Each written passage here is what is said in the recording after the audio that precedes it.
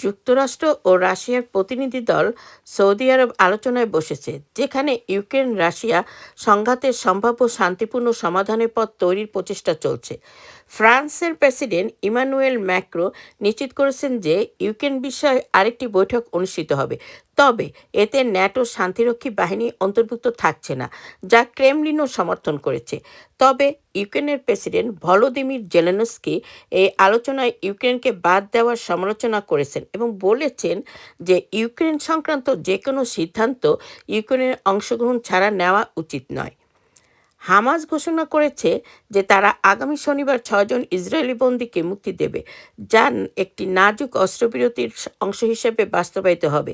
একই সঙ্গে হামাস বৃহস্পতিবার ৪ জন ইসরায়েলি বন্দীর মরদেহ ফেরত দেওয়ার পরিকল্পনা করেছে। ইসরায়েলের পররাষ্ট্রমন্ত্রী গিদিয়ন সায়ার নিশ্চিত করেছেন যে গাজার যুদ্ধবিরতির দ্বিতীয় ধাপ নিয়ে আলোচনাও এই সপ্তাহে শুরু হবে।